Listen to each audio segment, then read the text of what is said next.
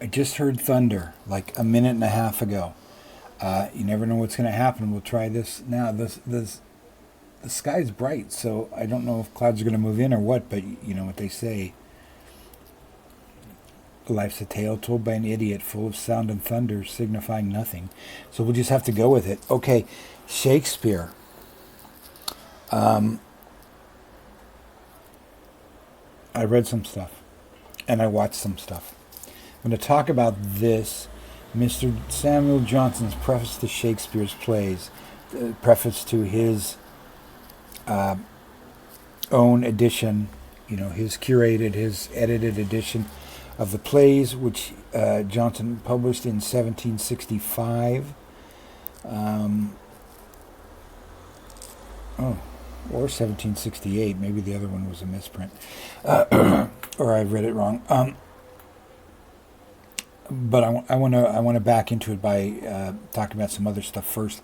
I think I've read all the Shakespeare I'm going to get to this week, so this is my wrap-up, my Shakespeare wrap-up, even though I'm doing it earlier in the week. If I find anything else, I'll put it on next week, and you'll never know the difference. Where is my... Here we go. So I started reading this book first. I'll go from least important to most important. This I was looking forward to, by Stuart Kells, a book called Shakespeare's Library.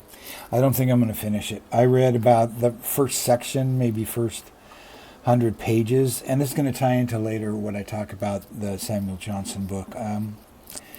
It wasn't that interesting. I thought it was more of a book, and I often have this problem with Shakespeare books. I've read a lot of good ones. There's a lot of mediocre ones, though. It's just a popular subject for people to get into. So I thought this was going to be more about the books he wrote. I thought it was going to be more of a literary speculation into what books he would have owned, which is a kind of a common theme. But this is more like a hunt for books that might have belonged to him. So what? They're not going to find any. At the beginning, they're not going to find any. By this time, there's nothing left.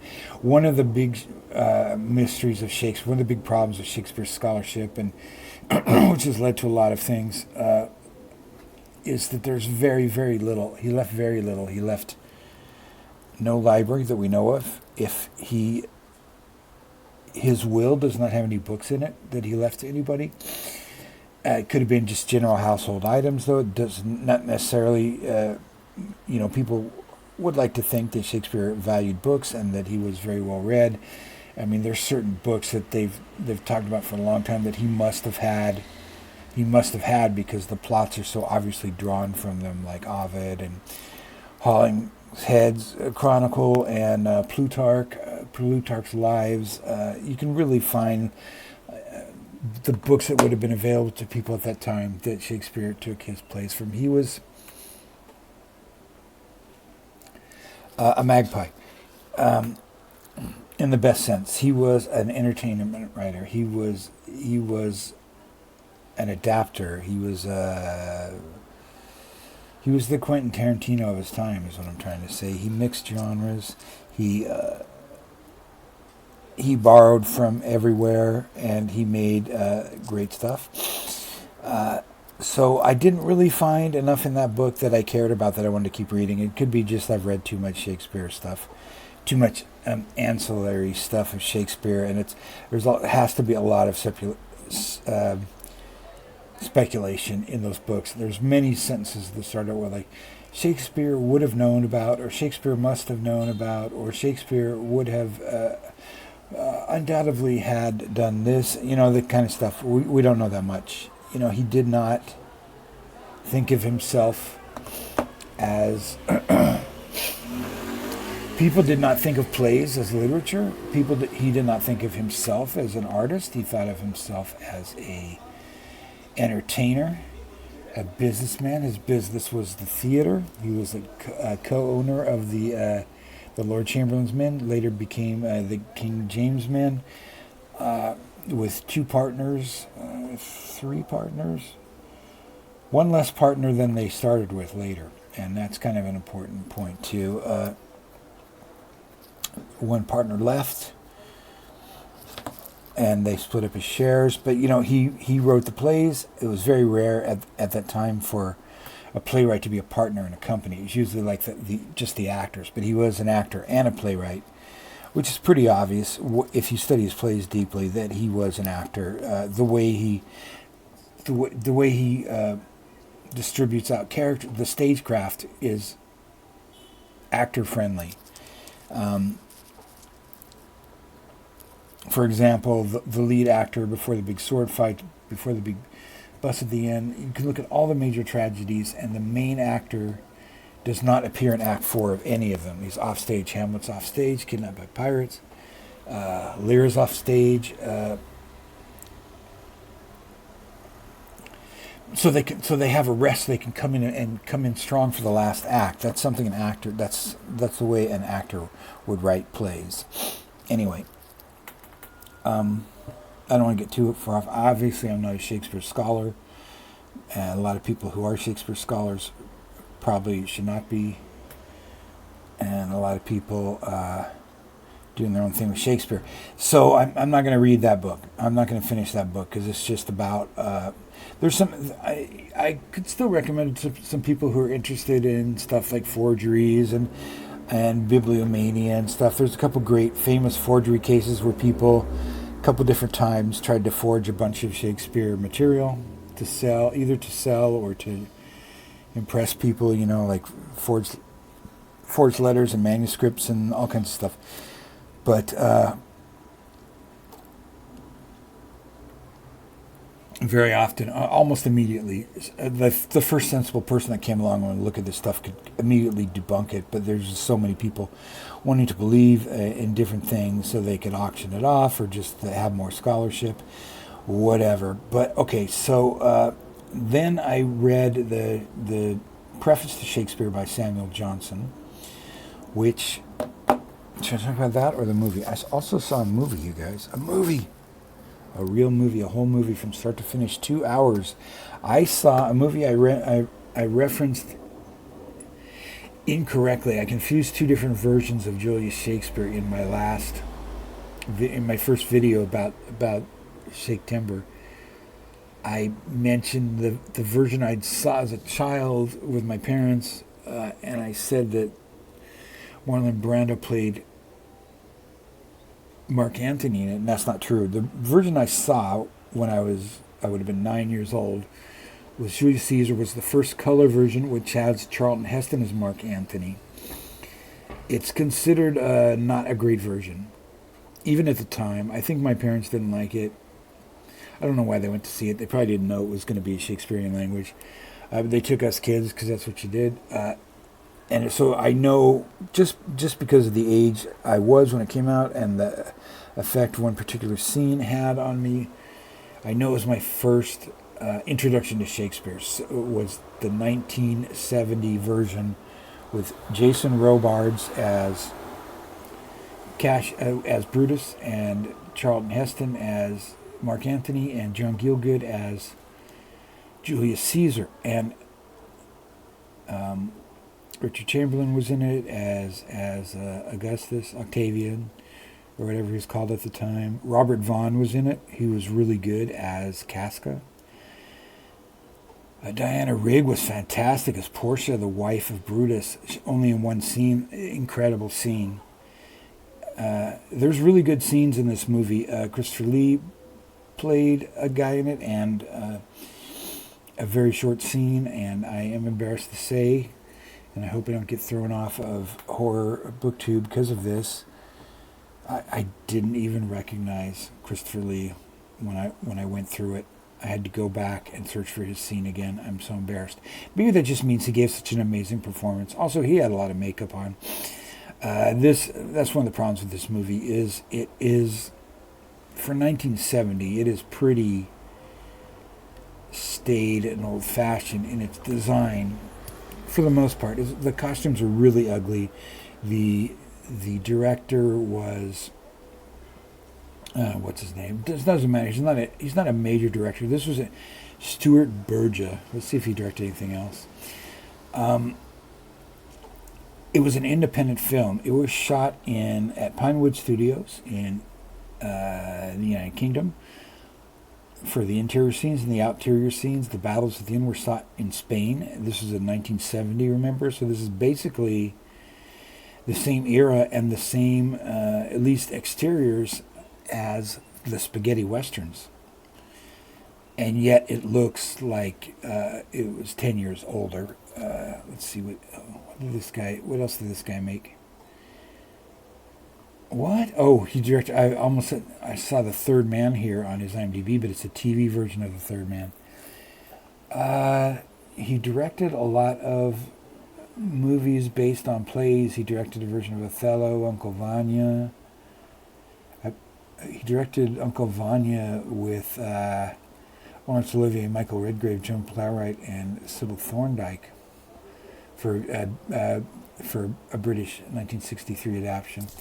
And then later he directed on Rumpole the Bailey and stuff, but he doesn't have any major credits. Charlton Heston was kind of involved in the production, heavily involved in the production. And I also want to point out, in 1970, this was the year that Charlton Heston...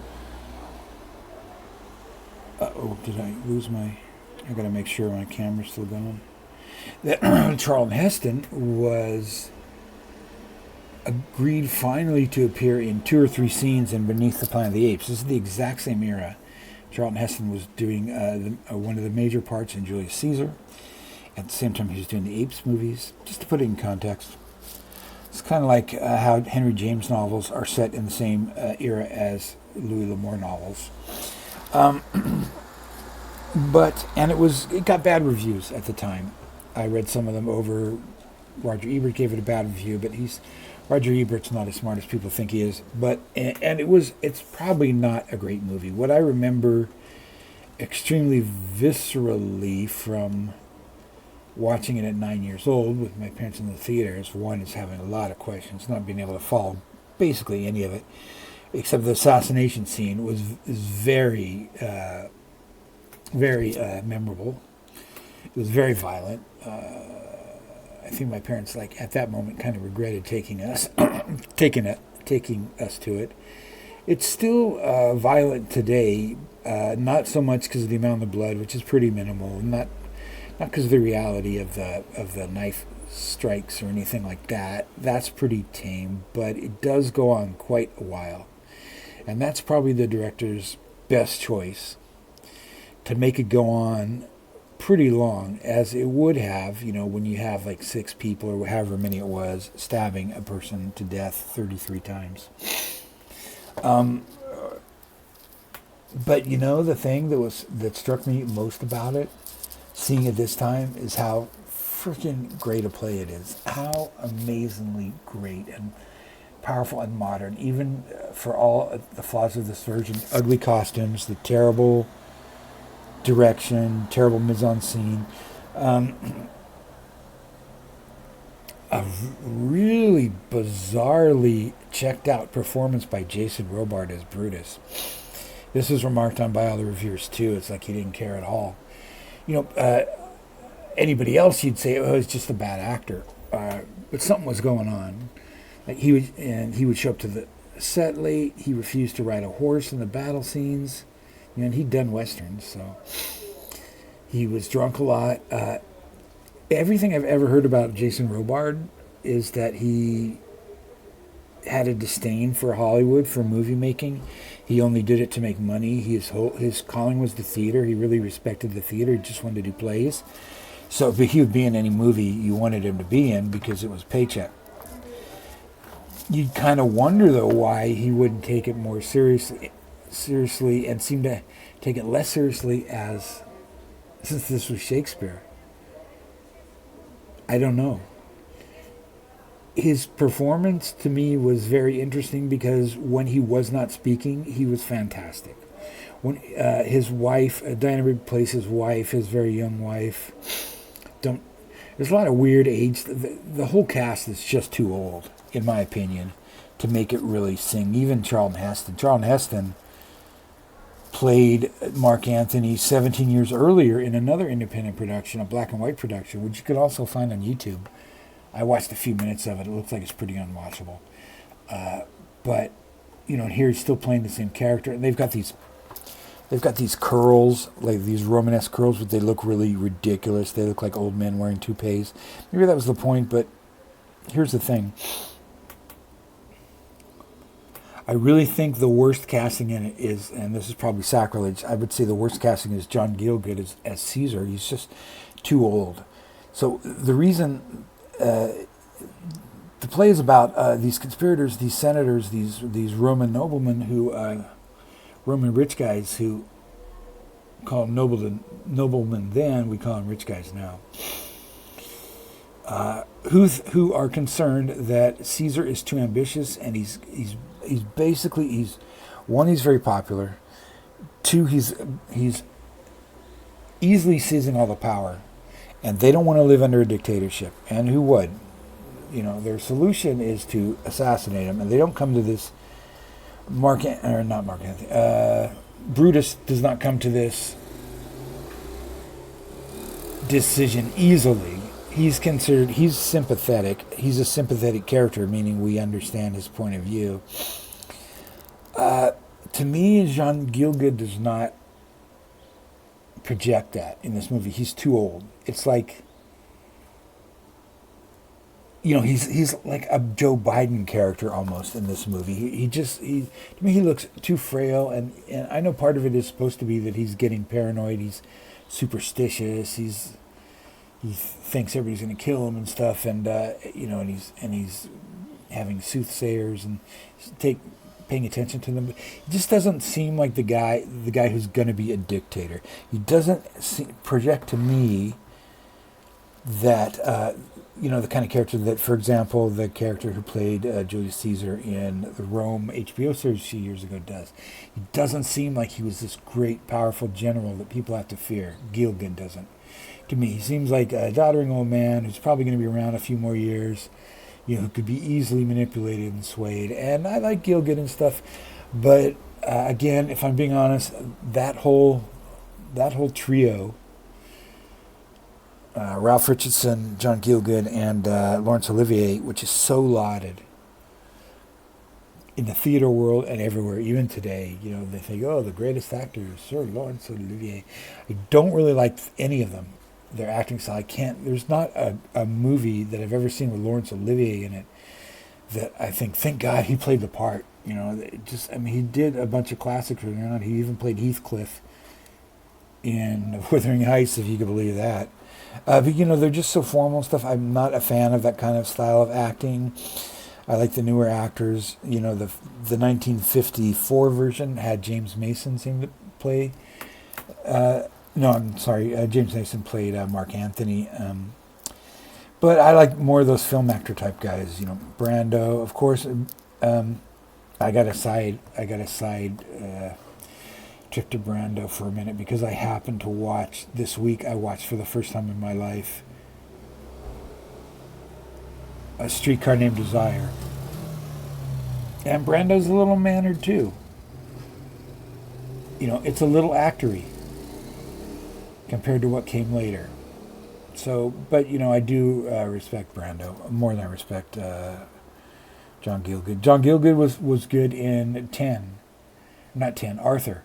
Where he played the foul-mouthed butler to Dudley Moore, and he really didn't even, according to interviews at the time, he really didn't even understand what the jokes were or anything. He's just like, well, I'll say whatever you want me to say. I guess I don't really get the point of this. It just seems like crude trash. And he was hilarious in that because he played a snotty upper-class butler who has no time for anybody. But that's not really the kind of person that would inspire people as a Caesar. So I really thought, and it's interesting to me that this did not come out in the reviews that I that I looked over the time, that nobody dared say John Gielgud was not good in this movie. He was just kind of, because, Gielgud, but they were all happy to trash on Jason Robards. And my point about Jason Robards as Brutus, who's the person that the conspirators want to lead their revolution, lead the assassination, take over control. They even offer, after they assassinate Caesar, they offer to make Brutus the new Caesar, and he kind of hems and haws. They don't have a lot of time, frankly, after the assassination to really get their government together, as events will show.